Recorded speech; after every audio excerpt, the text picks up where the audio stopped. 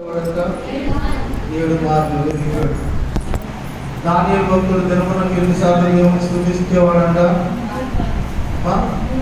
3 సార్లు దేవునికి ప్రార్థన చేశాడు.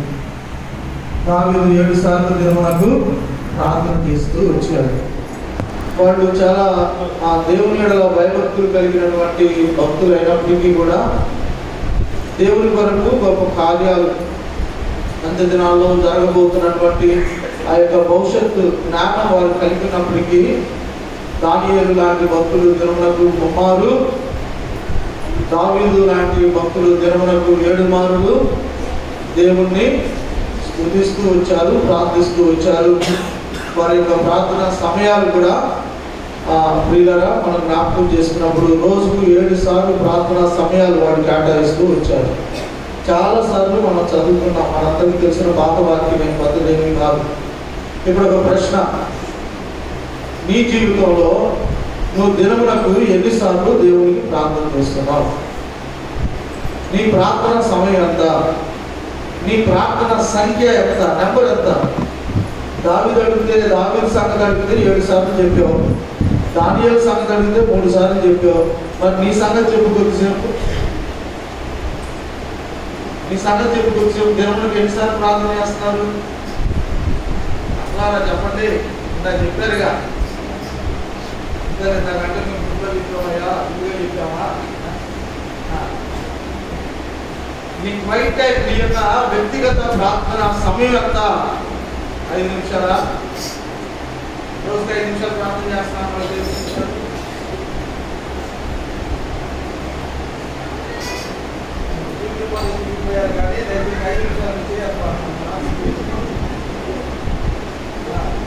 కనీసం మీరు గంటసేపు ప్రార్థన చేస్తున్నాం వాళ్ళు ఉన్నారా? ఏం చూపించాల్సిన పని లేదు, ఏం చూపించాల్సిన పని లేదు. ఒకవేళ ఉంటే మీ ద్వారా దేవునికి మహిమ కలుగుతుంది కాక. ప్రార్థన సమయం ఏదో కూతురు మాత్రం పొద్దున్నే లేచాం కదా, అయానికి వందనాలు కూర్చోవచ్చు, తింటున్నాం కదా అయానికి స్తోత్రాలు కాదు. ఇది కాదు. ప్రార్థనా సమయం, ప్రభు పాదాల దగ్గర గడిపే సమయం చాలా విలువైంది. దేవుని బిడ్డలైనటువంటి మనకు ప్రార్థన తక్కువైతే ఏమవుతాయి అంట? సమస్యలు ఎక్కువ అవుతాయి. కాబట్టి నీ జీవితంలో వాళ్ళు ఎన్నిసార్లు చేశారు, వీళ్ళు ఎన్నిసార్లు చెప్పుకునే సంగతి పక్కన పెడితే మన జీవితాల్లో మనం కూడా ప్రార్థనకు ఒక సమయాన్ని కేటాయించుకోవాలి. దినమునకు 2 సార్లు చేస్తావా, 3 సార్లు చేస్తావా? అది ప్రభు పాదాల దగ్గర నువ్వు ఒక తీర్మానం చేసుకుని ఆ సమయంలో నువ్వు ఎక్కడున్నప్పటికీ కూడా ప్రార్థనలో గడిపితే అది నీకు ఆశీర్వాదం. ప్రార్థన వేడి నీలో ఉన్నప్పుడు దురాత్మలు, అనారోగ్యాలు, సమస్యలు నీకు దూరమైపోతూ ఉంటాయి. ఒకసారి యోహాను సువార్త 21వ అధ్యాయంలో యేసుక్రీస్తు వారు అప్పుడు వరకు తనతో ఉన్నటువంటి శిష్యులు ఎప్పుడైతే యేసుక్రీస్తు వారు సిలువకు అప్పగించబడ్డాడో, సిలువ వేయబడిన తర్వాత ఈ శిష్యులందరూ కూడా వారు ప్రభు అప్పుడు దాకా నేర్పించినటువంటి మాటలన్నింటినీ కూడా మర్చిపోయి వారు ఏ వృత్తినైతే మొదట్లో చేశారో మరలా ఈ శిష్యులందరూ కూడా అదే వృత్తిని చేయడానికి వెళ్ళిపోయారు. శిష్యుల యొక్క వృత్తి ఏంటయ్యా అంటే, ఆ యేసుక్రీస్తు వారికి ఉన్న 12 మంది శిష్యుల్లో ఆల్మోస్ట్ 8-9 మంది శిష్యులు జాలర్లు, చేపలు పెట్టేవాడు. వాళ్ళు ఏం చేశారంటే, ప్రభు సిలువ వేయబడ్డాడు, మరలా ఆయన వస్తాడో రాడో తెలియదు అనేసి అని చెప్పని వాళ్ళు పాత వృత్తి చేయడానికి చేపలు పెట్టుకోవడానికి వెళ్ళిపోయారు. వాళ్ళు చేపలు పట్టుకుంటా ఉన్నారు. ప్రియులారా, యేసుక్రీస్తు వారు చనిపోయి సమాధి చేయబడి 3వ దినాన లేచిన తర్వాత ఒక దినం యేసుక్రీస్తు వారు ఆ చేపలు పట్టుకుంటున్నటువంటి శిష్యులను దర్శిస్తూ వచ్చాడు. దేవునికి మహిమ కలుగును గాక. వాళ్ళు చాలా బిజీగా ఉన్నారు. ప్రభు దగ్గర ఉన్నప్పుడు నిలువుడన్నీ వేసుకుని తిరిగారు. ఇప్పుడు ప్రభు లేరు, వాళ్ళు చేపలు పట్టుకునే డ్రెస్సులు వేసుకొని చేపలు పట్టుకుంటా ఉన్నారు. ప్రభువుల వారు ఆ శిష్యుల దగ్గరికి వెళ్ళాడు. శిష్యులను తేరి చూశాడు. వాళ్ళల్లో ఒక శిష్యుడిని ఈ విధంగా ప్రశ్నిస్తున్నాడు. ఏమని అడుగుతున్నాడు? 21వ అధ్యాయం 15వ వచనం.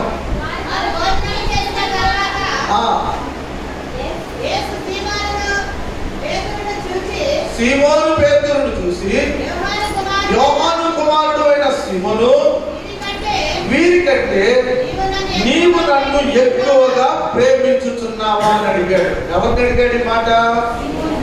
అమ్మా సీమోను పేతురు. మిగతా శిష్యులు ఉన్నారు అక్కడ.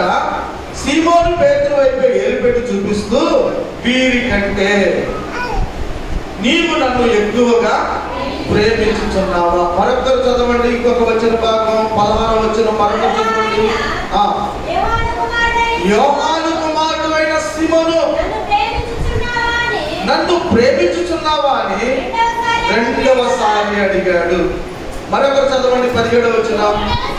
మూడవసారి ఆయన యోహాను కుమారుడు అయిన సీమోను నన్ను ప్రేమించుచున్నావా అని అడిగాడు. ఎన్నిసార్లు అడిగాడు చెప్పండి? 3 సార్లు. ఏమని అడిగాడు? ఒకే మాట ఒకటే, పేతురు నీవు నన్ను ప్రేమించుచున్నావా. మరి పేతురు చెప్పిన సమాధానాలు ఏంటి? అయ్యా నేను నిన్ను ప్రేమిస్తున్నాను, నేను నిన్ను ప్రేమిస్తున్నాను. నిజంగా సరే అక్కడ పేతురుని ఒక నిమిషం ఆపుదాం. ఇప్పుడు మనం ఎంత అవుదాం? పేతురు పేరు బదులుగా మన పేరు. నీవు దేవుణ్ణి ప్రేమించే వ్యక్తి అయితే, నీవు దేవుణ్ణి ఆరాధించే వ్యక్తి అయితే ప్రభు ఏమంటున్నాడు? వీరికంటే ఎక్కువగా, నీ కుటుంబంలో ఉన్న బిడ్డల కంటే ఎక్కువగా, నీ సంఘంలో ఉన్న నీ చుట్టుపక్కల ఉన్న వారి కంటే ఎక్కువగా నువ్వు క్రీస్తుని ప్రేమిస్తున్నావా? నీవు నిజంగా క్రీస్తుని ఎక్కువగా ప్రేమిస్తే ఎలా అంట? కొద్దిగా కాదు, ఎక్కువగా ప్రేమిస్తే ఎక్కువగా ప్రార్థనలో గడుపుతావు, ఎక్కువగా బైబిల్ చదువుతావు, ఎక్కువగా ప్రభువుతో కలిసి ఉంటావు. హల్లెలూయా. మరి తక్కువగా ప్రేమిస్తే తక్కువగానే వెంబడిస్తావు. అందుకే ఆదివారం ఒకరోజు వస్తావు, శుక్రవారం కనబడవు. బోధద్దాలు పెట్టి ఎదిగిన శుక్రవారం కనిపించు. కారణం ఏంటంటే నీలో దేవుని ప్రేమ లేదు, ఆచారం ప్రేమ ఉంది. ఆచారము భక్తి, ట్రెడిషనల్ అన్నమాట. పండుగ వచ్చింది, పదకొండు వేసుకోవాలి, గుడికెళ్ళ. నువ్వు ఎక్కువగా ప్రేమిస్తే ప్రభుని ఎలా విడిచిపెడతావు? నీ ప్రాణం పైన నువ్వు ఎక్కువగా ప్రేమిస్తే ప్రభు పరిచయాన్ని ఎలా విడిచిపెడతావు? అసలు ఆదివారం గుడికి రాకుండా ఎలా బయటెళ్తావు నువ్వు? వీరికంటే ఎక్కువగా గుర్తుపెట్టుకో, గుండెల మీద రాసుకోండి ఈ మాటలు. చూడండి నా వైపు వాక్యం చెప్పేటప్పుడు. ఎక్కువగా ఎవరికంటే ఎక్కువగా? నీ కడుపులు పుట్టిన పిల్లల కంటే ఎక్కువగా. ఎవరికంటే ఎక్కువగా? నీ దగ్గర ఉన్నటువంటి ఆస్తి పాస్తుల కంటే ఎక్కువగా. ఎవరికంటే ఎక్కువగా? నీ తెలివితేటల కంటే ఎక్కువగా. నీకున్న కంటే, నీవు కలిగి ఉన్న సమస్తము కంటే ఎక్కువగా. ప్రభు వరకు రాయాల బైబిల్లో ఈ మాటలు. ప్రతి అక్షరము, ప్రతి మాట ప్రభువు పుట్టికనే రాయలేదు.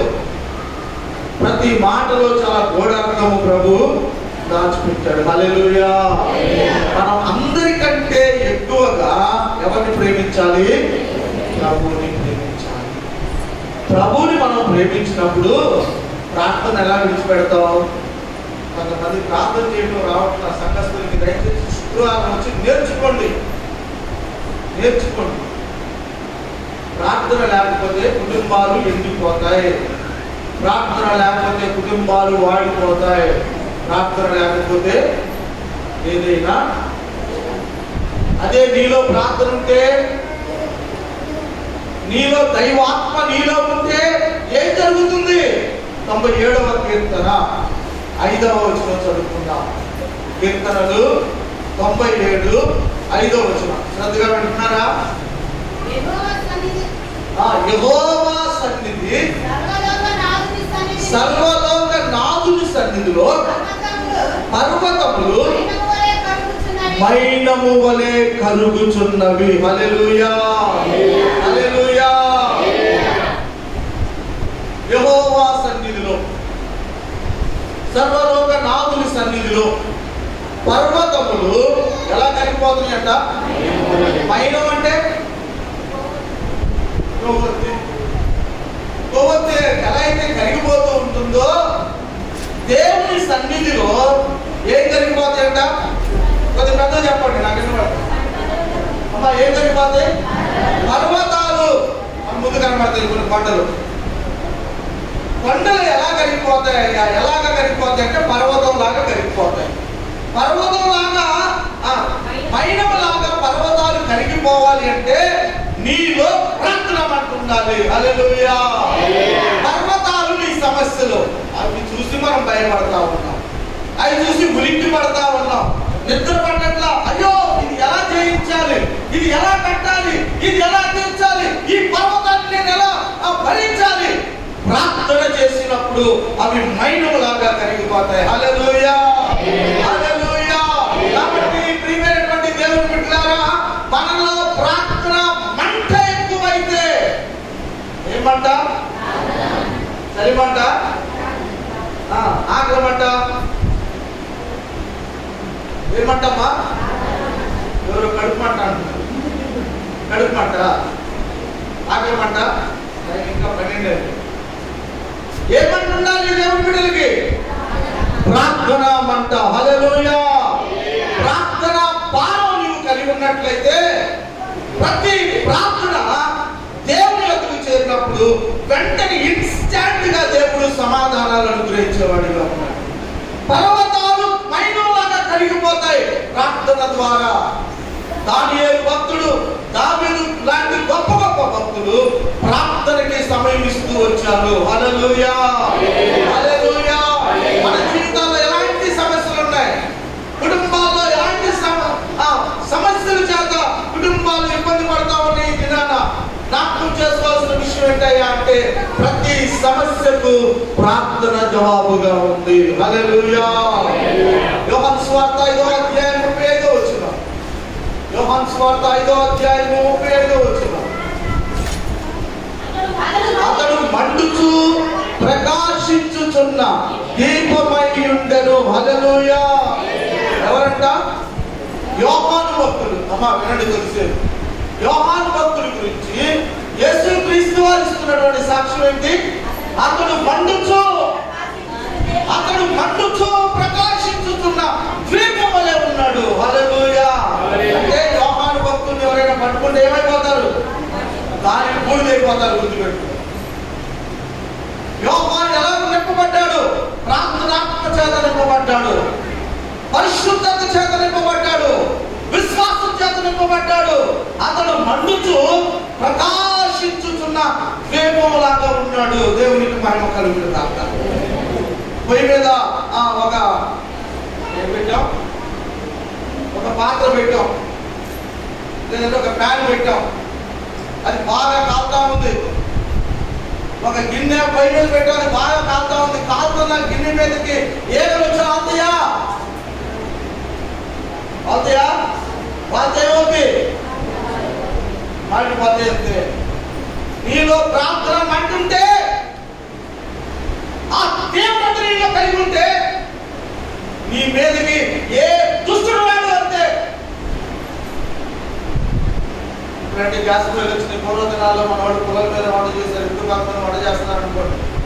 4 ఎండిపోయిన కట్టెల మధ్యలో నీలాంటి ఒక పచ్చి కట్టెలు పెడితే ఏమైపోయింది? ఏమైపోయిందమ్మా? అప్పట్లా కొంతమంది ఎవరి మధ్యలో అమ్మా? మాటలు రావట్లేదు కదా? మాటలు రావట్లా. 4 ప్రార్థన చేసే వ్యక్తుల మధ్యలో నాలాంటి వాడు తీసుకొని పడేస్తే వాడు నలుగురు యొక్క ప్రభావం విడిపోదు. పడుద్దా పడదా? పడు. ఇంకా ఎప్పుడు నేర్చుకుందాం మనం ప్రార్థన? భక్తి ఎప్పుడు నేర్చుకుందాం? మాటలు చెప్పండామా అంటే ఒకళ్ళు అబ్బో ఎన్ని మాటలు చూద్దాం. ప్రార్థన చేయగలమా అంటే ప్రార్థన పట్ల వచ్చిన సమస్య కుటుంబాలు అభివృద్ధి చెందకపోవడం కారణం ఈ మోకాలు నలబడతలా. మాటలు ఇంటి చూద్దాం, పుట్టలు మాటలు చదువుతున్నాం, ప్రార్థన లేదు. సరే ఒకవేళ చదువు లేకపోతే లేకపోయింది అనుకోండి, మనకు చదవాలంటే చదువుకోలేము. ప్రార్థన చేయడానికి ఏమైంది? ఎక్కడైతే ప్రార్థన మట్టుంటుందో, ఎక్కడైతే ఆ పెరుగు మట్టు మీద కాలుతా ఉంటుందో అక్కడికి సాతాను పడినటువంటి ఏగలు కానీ సమస్యలు కానీ రోగాలు కానీ ఎంత మాత్రం కూడా రావు. హల్లెలూయా. యోహాను ఎలాంటి వాడు? యోహాను ఎలాంటి వాడంట? సమాధానం చెప్పండి.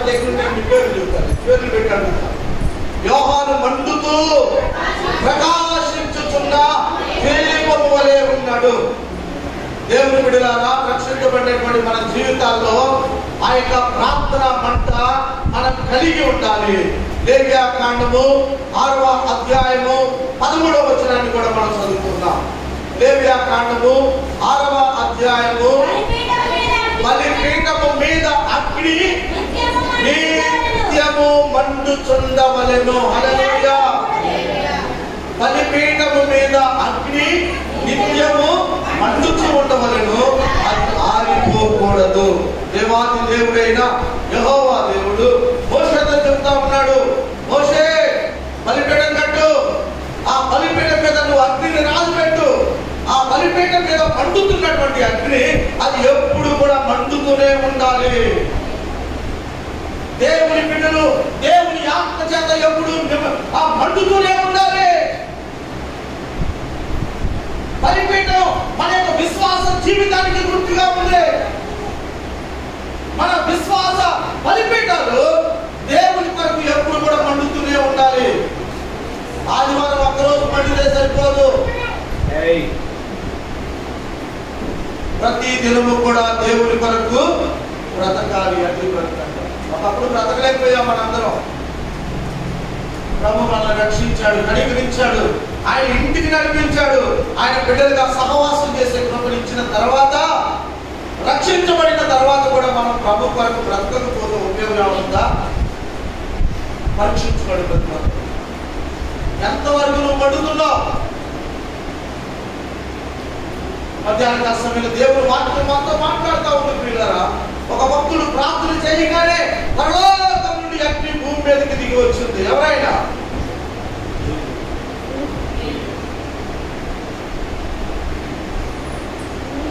ఏమైందో నాకు అర్థం కాలేదు.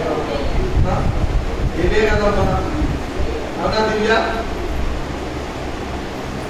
కాబట్టి ప్రియమైనటువంటి దేవుని బిడ్డలారా, వాక్యాన్ని మనం చదివినప్పుడు బైబిల్ గ్రంథంలో హానోకరమైనటువంటి భక్తుడు 300 సంవత్సరాలు దేవునితో నడుస్తూ వచ్చాడట. ఏం మాట ఇది? సహవాసం అనే. ఎవరితో సహవాసం? దేవునితో సహవాసం. ఎన్ని సంవత్సరాలు నడిచాడు? 29 గారు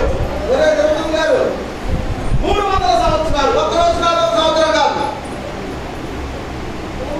ఎందుకంటే ఈ సంవత్సరాలు రోజు రాకపోతే ఏమైంది? 300 సంవత్సరాలు. హానోకి భార్య లేదా? హానోకి పిల్లలు లేరా? వాళ్ళు పెళ్లి చేయాల్సిన బాధ్యత లేదా? ఆయన పని చేయలేదా? అన్నీ చేసినప్పటికీ కూడా దేవునితో నడుచుట విడిచిపెట్టలేదు. అందుకని పౌలు భక్తుడు ఒక మాట చెప్పాడు, నా మటుకైతే బ్రతుకుట క్రీస్తే, చావైతే నాకు. మరణం లాభమా? మరణం లాభమా? ఎందుకని పౌలు గారు నాకు లాభం అన్నాడు? మనకు లాభాలే కావాలి. ఏమిస్తావు? ఎంత ఇస్తావు కదా? పౌలు గారు కూడా అదే అంటాడు, నాకు లాభం కావాలి. మరణం లాభం. ఎందుకు లాభం? ఈ మట్టి శరీరం ఇక్కడ మట్టిలో కలిసిపోయి నేను మహిమ శరీరాన్ని పొందుకుంటా, అది నాకు లాభం. ఎవరికి కావాలి మట్టి శరీరం? రకరకాల జబ్బులు, రోగాలు కదా.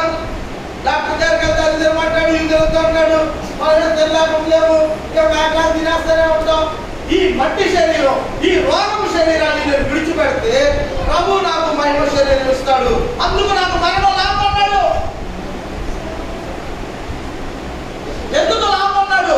నా పౌర స్థితి మారిపోతుందని చెప్పాడు. అందుకు నాకు లాభం అన్నాడు పౌలు గారు. కాబట్టి ప్రియమైనటువంటి దేవుని బిడ్డలారా, మన జీవితాల్లో మనం కూడా ప్రభు కొరకు మనం జీవించాలి, ప్రభు కొరకు మనం ఉండాలి, ప్రభు కొరకు మనం ఒక శత్రుకు మెషకు అభిజ్ఞలు అగ్నిగుణంలో వెళ్ళినప్పటికీ, వాళ్ళు అగ్నిగుణంలో నడుస్తున్నప్పటికీ కూడా, పడత్రోయబడినప్పటికీ కూడా వారికి ఏ హాని కూడా వారికి దేవుని బిడ్డల మీదకి దుష్టుడు ఎంత మాత్రం ప్రభావం చూపించడు. గుర్తుపెట్టుకో.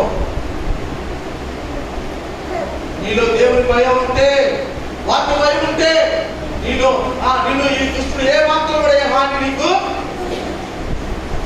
ఎబ్రిల్ రాష్ట్ర పత్రిక 11వ అధ్యాయం చదువుదాం దయచేసి. ఎబ్రిల్ రాష్ట్ర పత్రిక 11వ అధ్యాయం 34వ వచనం. అగ్ని బలమును చల్లార్చిరి. ఏ బలం అంట? అగ్ని బలము. ఎవరు చల్లార్చింది? దేవుని బిడ్డలు. విశ్వాసం ద్వారా, వారి యొక్క నీతి క్రియల ద్వారా, వారి యొక్క ప్రార్థనా జీవితం ద్వారా, వారి యొక్క మాదిరి బాధలను వాళ్ళు చల్లారుస్తూ వచ్చారు. హల్లెలూయా, హల్లెలూయా. మధ్యాహ్న కాల సమయంలో వాక్యం ఇచ్చిన దేవుని బిడ్డలారా, దేవుని వాక్యం సంధిస్తా ఉంది. దేవుడు కలిగిన దేవుని చేతిలో పడుట బహు భయంకరము. కారణం ఏంటో తెలుసా? మన దేవుడు దహించు అగ్ని అయి ఉన్నాడు. హల్లెలూయా. ఎలాంటి వాడంటే దేవుడు దహించు అగ్ని అయి ఉన్నాడు.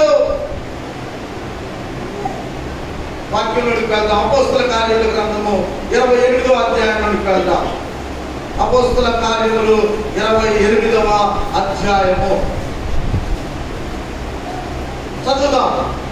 1-2 వచనాలు, 3 వచనాలు. మేము తప్పించుకున్న తర్వాత ఆ దీపము వెలితే అని తెలుసుకుంటుంది. అనాగరికులకు ఆ దీపవాసులు మాకు చేసిన ఉపచారము ఇంతంత కాదు. ఏలనగా ఎలాగనగా అప్పుడు వర్షము కురించు చలిగా ఉన్నందున నిప్పు రాజ పెట్టి మమ్మల్ని అందరినీ చేర్చుకున్నారు. ఒక నిమిషం ఆరంభ. దేవునికి మహిమ కలుగును గాక. హల్లెలూయా. ప్రియరా, ఇక్కడ మనం అపోస్తల కార్యములు 28వ అధ్యాయాన్ని మనం చదువుతున్నప్పుడు అపోస్తలుడైనటువంటి పౌలు గారి యొక్క జీవితంలో చాలా కష్టమైనటువంటి మార్గంలో పౌలు గారు ప్రయాణిస్తున్నటువంటి సంఘటనలు అక్కడ మనం చూస్తున్నాం.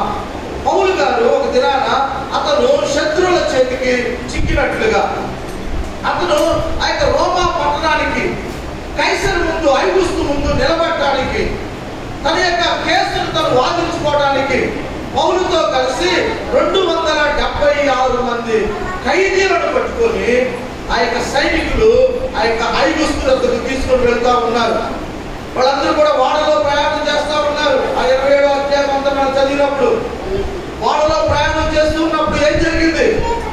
సముద్ర ప్రయాణంలో వాడ బద్దలైపోయింది. అక్కడ ఉన్నటువంటి ఖైదీలందరూ కూడా పారిపోతారేమో, చంపుదాం అనేసి అని చెప్పని ఆ సైనికులు అనుకుంటున్నప్పుడు దైవదేవుడైనటువంటి పౌలు గారు చెబుతా ఉన్నాడు, అయ్యా ఏ సైనికులు కూడా తప్పించుకున్నాడు అని చెప్పాడు.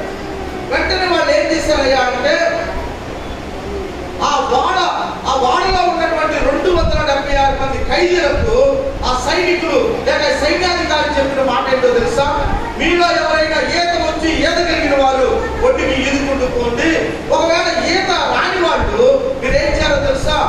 ఓడ పగిలిపోయింది కదా, ఈ పగిలిపోయినటువంటి చక్కలను ఆధారం చేసుకొని దాని ద్వారా మీరు ఒడ్డుకు చేరండి అని చెప్పారు. మొత్తం మీద సముద్ర మధ్యలో దైవజనుడైనటువంటి పౌలుతో కలిసి 275 మంది, అంటే మొత్తం 276 మంది సైనికులు ఆ యొక్క సముద్రంలో సమస్యల్లో చిక్కుకున్నారు. మొత్తం మీద వాళ్ళు ఒడ్డుకొచ్చారంట. ఒడ్డుకొచ్చినప్పుడు వాళ్ళకు ఒక ద్వీపం కనబడింది. ఏంటి ద్వీపం అని చూసేసరికి ఆ ద్వీపము పేరు మెలితే. ఏ పేరంట? మెలితే అనే ద్వీపము వారికి కనిపించింది. ఇబ్రూ భాషలో మెలితే అనే మాటకు అర్థం ఏంటో తెలుసా? హనీ అని అర్థం.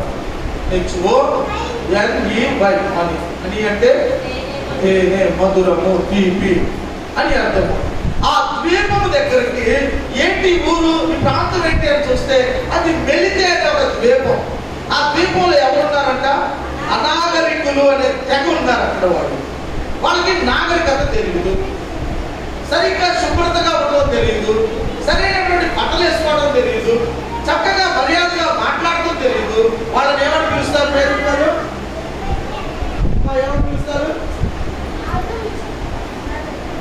అనాగరికులు అని పిలుస్తారు. అంటే నాగరికత తెలియని ప్రజలు. ఇప్పుడు దైవజనుడితో కలిసి మరి కొంతమంది ఖైదీలు వీళ్ళందరూ కూడా ఆ ప్రాంతంలోకి ఈదుకుంటూ ప్రాణాన్ని కాపాడుకోవడానికి వెళ్ళారు. వెళ్ళినప్పుడు ఏం జరిగిందంట? అక్కడ మనం చూస్తే వాళ్ళు మాకు చేసిన ఉపచారము ఇంతంతా కాదు. వాస్తవంగా పౌలు గారు ఎవరో ఆ యొక్క నాగరికత లేని వాళ్ళకు తెలిసినట్టు. పౌలు గారు ఎవరో ఆ ద్వీపంలో ఉన్న ప్రజలకు తెలియదు. ఆ మిగతా సైనిక ఖైదీలు ఎవరో అక్కడ నాగరికత లేని వారికి తెలియదు. పరిచయం లేకపోయినా, అంటారా, పరిచయం లేకపోయినా, ముక్కు మొహం తెలియకపోయినా ఆ అనాగరికులు ఈ పౌలును, ఈ ఖైదీలను చేర్చుకొని ఉపచారం చేశారు అని వాక్యం రాయబడింది. దేవునికి మహిమ కలుగును గాక. హల్లెలూయా, హల్లెలూయా. ఏం చేశారంట? ముక్కు మొహం తెలిసిన వాళ్ళకి ఈ దినాల్లో మంచులు ఇట్లా ఉన్నారా? పరిచయం ఉన్నవాళ్ళే కదా, ఎప్పుడు వెళ్ళిపోతారా అన్నట్లుగా చాలాసార్లు మన ఎక్స్ప్రెషన్ చూపిస్తూ ఉంటాం. పరిచయం ఉన్నవాళ్ళే, 100 రూపాయలు ఇవ్వండి ఇచ్చేవాళ్ళు లేరు. కానీ ఈ అనాగరికులు, మీరు చదువుకున్నారుగా, మరి మా చదువుకున్నావా? వాక్యం వీడికి వచ్చారు. మీరు జ్ఞానం ఉన్నవాళ్లే కదా, రాజధాని ప్రాంతంలో బ్రతుకుతున్నారుగా, బైబిల్ పట్టుకొని దేవుని సన్నిధికి వస్తున్నారుగా. మీకు తెలిసిన వాళ్ళకైనా ఉపచారం చేస్తున్నావా? ఈ అనాగరికులు చదువు లేదంటే వీళ్ళకి లోక జ్ఞానం తెలియదు. వాళ్ళు ఈ యొక్క ఖైదీలను చూసినప్పుడు ఏం చేశారంట? ఉపచారం చేశారు. వాక్యం ఏం చదివిస్తా ఉంది? ఉపచారమును ధర్మమును చేయుట మర్చిపోవద్దు. దాన ధర్మాలు చేయడం మర్చిపోవాలి. అవి రేపు నీ మీదకి, నీ ఇంటి మీదకి, నీ పిల్లల మీదకి దీవెనగా వస్తాయి. ఈ రోజు నువ్వు చేతులు తీసుకున్నావు అనుకో, రేపు వాళ్ళకి పెట్టే దిక్కు ముక్కు ఎవడు కూడా ఉండడు. కాబట్టి ప్రియులారా, తల్లిదండ్రులు చేసుకునే పుణ్యం ఎవరి మీద వస్తాయి అంటే ప్రభావం వాళ్ళ బిడ్డల మీదకి వస్తాయి. నమ్ముతారా? నమ్మాడు దేవుని స్తోత్రాలు చెల్లించండి. హల్లెలూయా. కాబట్టి అనాగరికులు ఉపచారం చేస్తా ఉన్నారు. అమ్మ వినండి, ఇక్కడ ఎంత మంచిగా ఉందండి కింద మాటలు. వాళ్ళు ఏం చేశారంట? వర్షం కురుస్తా ఉంది, చాలా భయంకరంగా చలిగా ఉంది. ఇదిగో ఈ 276 మంది సముద్రంలో ఎన్ని రోజుల నుండి ఈదుకుంటూ వచ్చారో, అయ్యో పాపం వీళ్ళు మనలాంటి మనుషులే కదా అనేసరి ఆ నాగరికత తెలియని వాళ్ళు ఏం చేశారంట? వర్షం కురుస్తా ఉంది, బాగా గడగడ చలి ఉంది అని వాళ్ళంట కొన్ని నిప్పులు అక్కడ కొన్ని కట్టెలు తీసుకొచ్చి అక్కడ మంట పెట్టారంట. ఏం మంట పెట్టారు? చలి మంట పెట్టారు. ఎందుకు పెట్టారు? వీళ్ళు వణుకుతా ఉన్నారు, గడగడ వణుకుతా ఉన్నారు. వాళ్ళు చలి కాస్తుంటే వాళ్ళలో ఉన్నటువంటి ఆ చలి పోతుంది అనేసరి అనాగరికులు మంచి పరిచర్య అక్కడ జరిగిస్తూ వచ్చారు. ప్రియమైనటువంటి దేవుని బిడ్డలారా, నిజంగా ఈ యొక్క అనాగరికులకి మనం ఎంతైనా మనం కృతజ్ఞతలు చెల్లించాలి. వీళ్ళెవరో మనకు తెలియదు, మనకెందుకు లేని వాళ్ళు అనుకోలేదు. ఆ రోజున యూదులు చచ్చిపోతే నాకేంటి, నేను ఒక్కదాన్ని బ్రతుకుతాను కదా అని ఎస్తేర్ అనుకుందా? అనుకోలేదు. నెహెమ్యా అనుకున్నాడా? అనుకోలేదు. ఎరికో కోటకోడలు క్షమించాడు, యెరూషలేము యొక్క పట్టణం తగలబడితే నాకెందుకులే, నా ఉద్యోగం నాకు ఉంది కదా అని ఎజ్రా కానీ నెహెమ్యా కానీ అనుకోలేదు. నాకెందుకులే అని అనుకోబాడు. బుధవారం సంఘ ప్రార్థన నాకెందుకులే, శుక్రవారం ప్రేయర్ మీటింగ్ నాకెందుకు, శనివారం ప్రార్థన నాకెందుకు. గుర్తుపెట్టుకోండి, ఈ పరిచర్యకు వచ్చే వాళ్ళకి ఆదివారం పాటలు పాడే అవకాశం దొరుకుతుంది. మీరందరూ ఇళ్ళ దగ్గరే ఉంటున్నారు దేవుడి దయ వల్ల. ఎవరు కూడా ఎక్కువసేపు పనులు వెళ్తలేదు, ఏదో అడపాదడప వెళ్తున్నారు. మీరు ఈ వార కార్యక్రమాలు కూడా రాలేకపోతున్నారంటే దేవుడు అంటే మీ ప్రేమ ఏదో మాట చెప్పాలంటే కానీ కాకపోతే మీకు ఇష్టలేదు. చదువు సత్యలేని అనాగరికులు అంత పరిచర్య చేస్తే వాక్యం తెలిసిన నీవు దేవుడు ఎంత మైంపరచాలి. వాళ్ళు మంట పెట్టారంట, చలి కాచుకోండి, మీ ప్రాణాలను కాపాడుకోండి. నీలో మంట ఉందా? దేవుడు ఉందా? పండుగ రోజు కోడి మాంసాలు తెచ్చుకోవాలని ఏడుపు అయితే ఉంది, కొత్త బట్టలు కొనుక్కోలేదనే బాధ అయితే ఉంది. అయ్యో నా పక్కన నా సిస్టర్ ప్రార్థన చేస్తుంది, నాకెందుకు రాలేదు రైతు ప్రార్థన. ఎప్పుడు అయ్యా నీ స్తోత్రం స్తోత్రం ఇదే తప్పు, ఇదే మాట మాత్రాలు, కానీ ఆవిడ నేను ఎందుకు ప్రార్థన చేయలేకపోతున్నాను అనే ఆలోచన మాత్రం చాలా మంది లేదు. నన్ను క్షమించడం దయచేసి ఒక సేవకుడిగా నేను చెప్పాలి. మీరు ఏమని అనుకోండి, నాలో ఆ తీవ్రత లేక నా పక్కన సహోదరుడు నాకంటే బాగా ప్రార్థన చేస్తే నేను సిగ్గుపడాలి అంతే. మంట పెట్టగానే ఆ మంటలో వీళ్ళు ఏం చేశారంట? చలి కాల్చుకుంటా ఉన్నారు. ముందుకు వెళ్ళిపోతాం. అప్పుడు పౌలు మోపెడు పుల్లలేని నిప్పుల మీద వేయక చాలు. ఎవరంట పుల్లలేనిది? పౌలు ఎవరు? పులిమేరు గారు. పౌలు ఎవరు? పౌలు ఎవరమ్మా? గొప్ప సేవకుడు, అపోస్తలుడు, పెద్ద మాస్టర్ గారు. ఇంచుమించు 14 పత్రికలు రాశాడు. యేసు క్రీస్తు తర్వాత గొప్ప సేవ చేశాడు. అంత గొప్ప దైవజనుడైనటువంటి పౌలు గారు, గొప్ప వేదాంత విద్య చదువుకున్నటువంటి పౌలు గారు కదా, గమనియాలు పాదాల యొక్క కూర్చొని ధర్మశాస్త్ర చేసుకున్నటువంటి పౌలు గారు ఇక్కడ ఏం చేస్తున్నాడు? పొగలేస్తున్నాడు. ప్రెస్టేజ్ ప్రాబ్లమా కాదా? నేను పెడతారా? గొప్ప దైవజనుడు ఎంతవరకు తగ్గించుకున్నాడు? నేల మట్టుకు తగ్గించుకున్నాడు. పుల్లలేటానికి వెళ్ళాడండి గొప్ప దైవజనుడు. మనమెంతా మన బతికెంత, మనమెంతా మన పత్తి ఎంత, అంత గొప్ప దైవజనుడు. సరే పక్కన 5 బాబు పుల్లలు వాళ్ళు నీకు అన్నం పెట్టాక రొట్టెస్ ఇచ్చాక, నేను రొట్టెస్తే తిని బ్రతికావు కదా, నేను ఆ చక్కేస్తే ఆ పలకిస్తే దాన్ని తీసుకుంటూ ఒడ్డు చేరావుగా, వెళ్ళి పుల్లలు ప్రభావం అని చెప్పలేదు. దైవజనుడు పుల్లలేస్తా ఉన్నాడు. ఎంత తగ్గింపు పిల్లరా! పరిచర్య చేయండి అని చేయించుకోలేదు. యేసుక్రీస్తు వారు ఈ లోకంలో జీవించినప్పుడు ఒక మాట చెబుతూ వచ్చాడు మార్కు సువార్తలో. చూడకుండా చెప్పినాడు వచ్చేవారు, మనుష్య కుమారుడు పరిచారము చేయించుకున్నట్టు రాలేదు, కానీ మరి ఎందుకు వచ్చాడు? అనేకుల కొరకు పరిచారం చేయడానికి. యోహాను సువార్త 13వ అధ్యాయంలో భోజన పంక్తిలో నుండి లేచినటువంటి యేసుక్రీస్తు వారు ఏం చేశాడు? ఒక పాత్రలో నీళ్లు తీసుకున్నాడు. వారు నడుముకు కట్టుకొని తన ముందు కూర్చున్నటువంటి 12 మంది అపోస్తలులు శిష్యులు, వాళ్ళ కాళ్ళు మురికిగా ఉన్నాయి, వాళ్ళ జీవితాలు మురికిగా ఉన్నాయి, వాళ్ళ ఆలోచనలు మురికిగా ఉన్నాయి, వాళ్ళ తలపులు మురికిగా ఉన్నాయి. వాళ్ళలో ఒకడు యేసుక్రీస్తు నమ్మడానికి దానం పెట్టాడు. వాళ్ళలో ఒకడు కత్తి పెట్టుకొని వస్తా ఉన్నాడు. వాళ్ళలో ఆ శిష్యుల్లో ఒకరికి అనుమానాలు ఉన్నాయి. అటువంటి వాళ్ళ కాళ్ళ దగ్గరికి వెళ్ళి యేసుక్రీస్తు వారు నేల మట్టుకు తగ్గించుకొని శిష్యుల పాదములు కడిగాడు. హల్లెలూయా, హల్లెలూయా. ఇంతకుముందు మన సంఘంలో కూడా ఉందంట పాద సంస్కారము ఆరాధన కదా, ఉందా? మా కల్పన రాజు ఉందా? ఇంతకుముందు ఉందంట. యేసుక్రీస్తు అంత గొప్ప దేవుడు అయ్యింది. ఆ కూర్చున్న 12 మందిలో దొంగడు ఉన్నాడు. ఎవరో దొంగ? యోధా ఇస్కరియోతు. బేరం పెట్టాడు, స్వామి నమ్ముతానన్నాడు, దుర్ద్రోహి.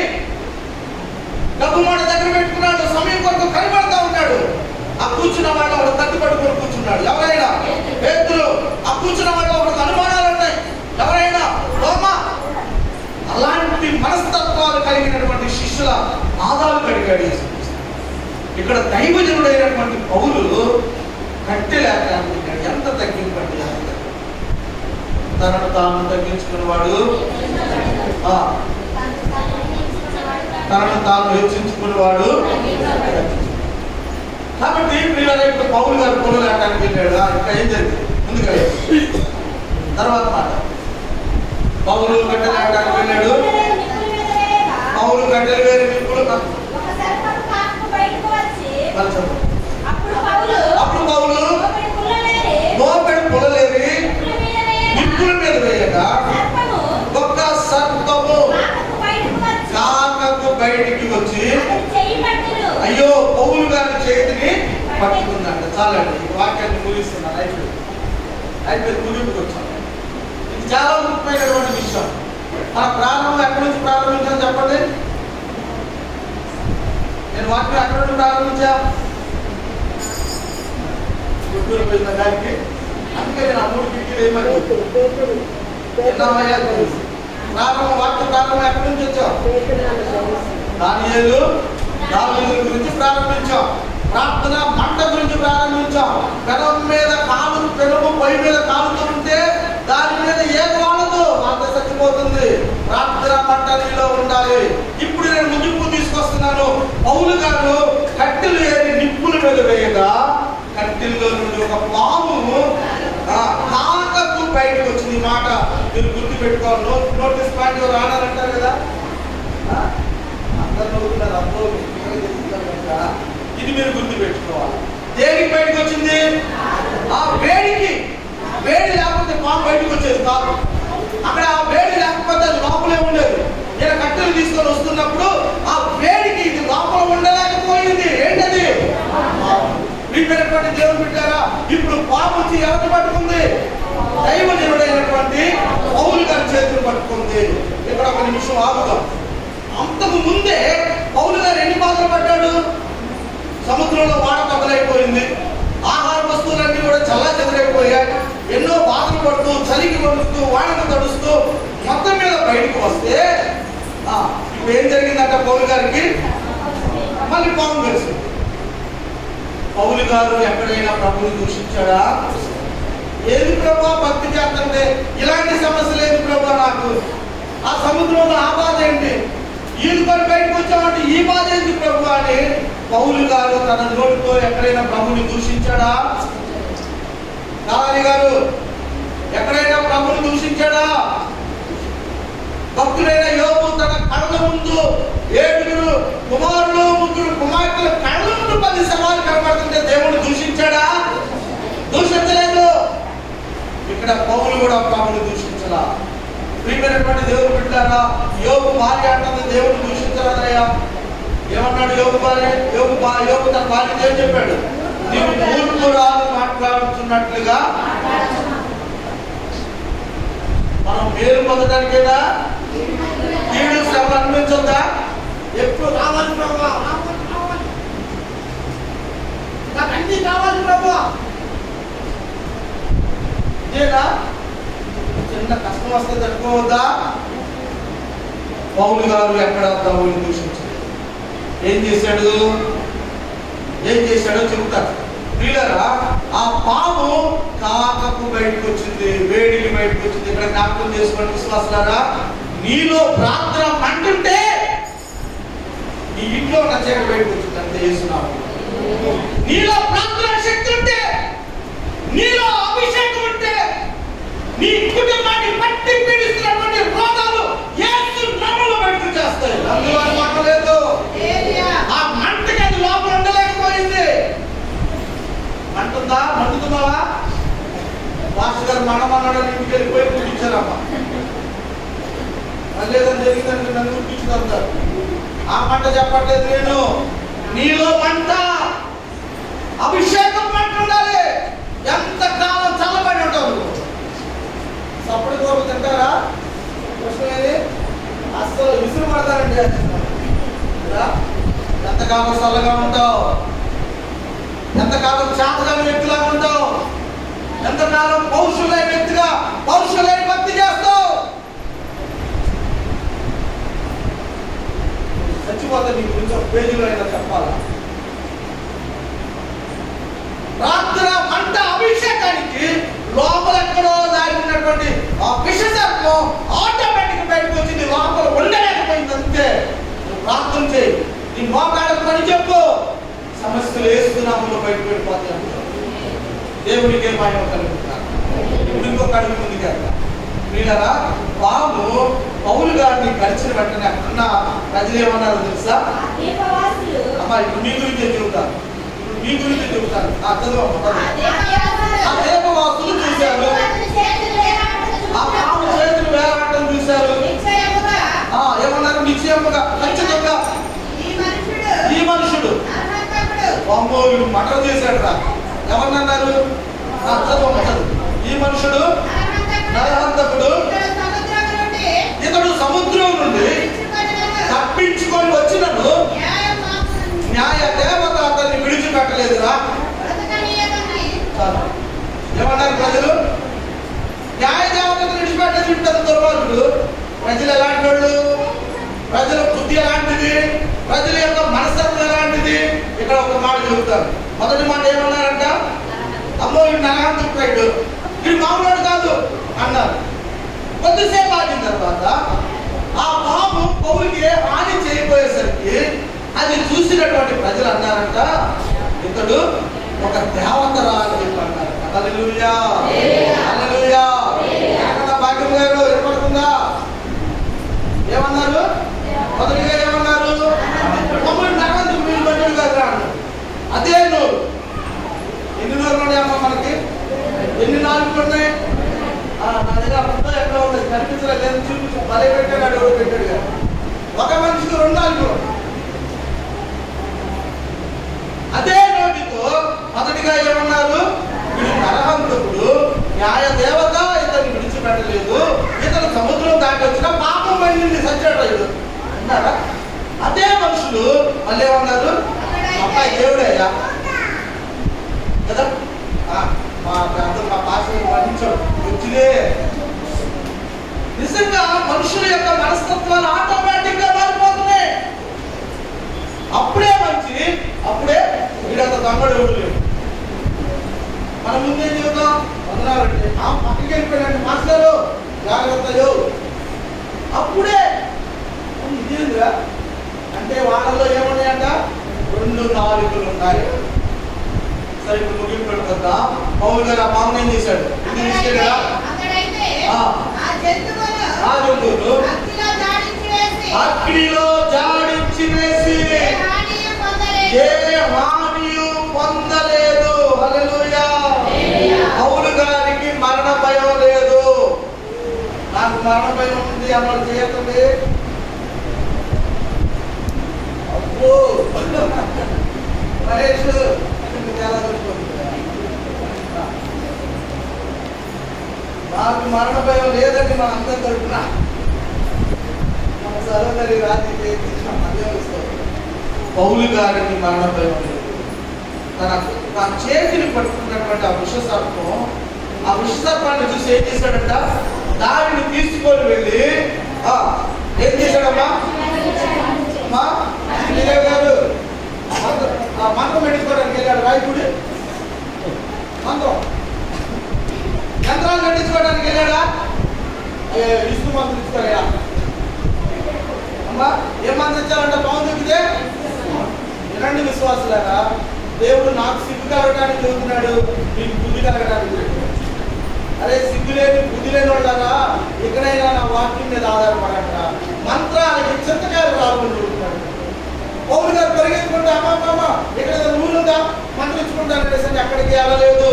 ఏం చేశాడు, తన చేతిని పట్టి ఆ యొక్క వేలాడుతున్నటువంటి విషసర్పాన్ని అగ్నిలో జాడించాడు. పరిశుద్ధాత్మని అగ్నిలో జాడించాడు అంతే. హల్లెలూయా, హల్లెలూయా, హల్లెలూయా. దేవుని బిడ్డలారా, నీ సమస్య నీ చేతిని పట్టుకుందా, నీ సమస్య నీ కాళ్ళు పట్టుకుందా, నీ సమస్య నీ ఇంటిని పట్టుకుందా, ఎక్కడ జాడించి వేయాలని అగ్నిలో జాడించాలి యేసు నామములో. హల్లెలూయా. మనం జాడించక చేతులు పట్టుకున్న పాములు చేతులు పట్టుకుని తిప్పుకున్నాం, చేతులు తిప్పుకున్నాం. మనం ఏం చేశాడంటే నగలు చూసుకుంటే పెట్టుకున్నాడు. మనం ఏం చేస్తున్నాం, మన సమస్యని చేతులు పట్టుకుందా, దాని అర్థం ఉంది కాలం అని చెప్పాను. అడ్డు వేస్తాం, ఇటు వేస్తాం, ప్రార్థన చేయాలంటాం, ఇటు ప్రార్థన చేసుకుంటున్నాం, ఆడేస్తాం, మంత్రం పెట్టాడున్నాం, ఆడేస్తాం, విసిరి మారుతున్నాం. కానీ చేయాల్సిన పని మనం చేయట్లేదు. ఏం చేయాలి, నీ కుటుంబాన్ని బట్టి పీడిస్తున్నటువంటి దానిని యేసు నామాన్ని నువ్వు తెలుసుకొని అగ్నిలో జాడించు. ఈ అగ్ని ప్రార్థన జీవితానికి సాధి. హల్లెలూయా. పొతిఫారులో యోసేపును పట్టుకుందంట ఒక పాము. ఎవరా పాము, పొతిఫారు పట్టుకున్నాడు.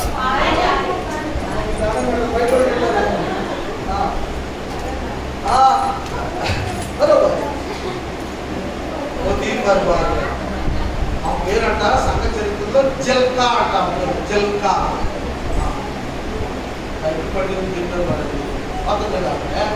ఎవరు పెట్టుకుంది, యోసేపు పెట్టుకుంది. యోసేపు ఏం చేశాడు, పారిపోయాడు, జాడించి వేశాడు. వేస్తున్నావు చదువులో కారణం లేదా,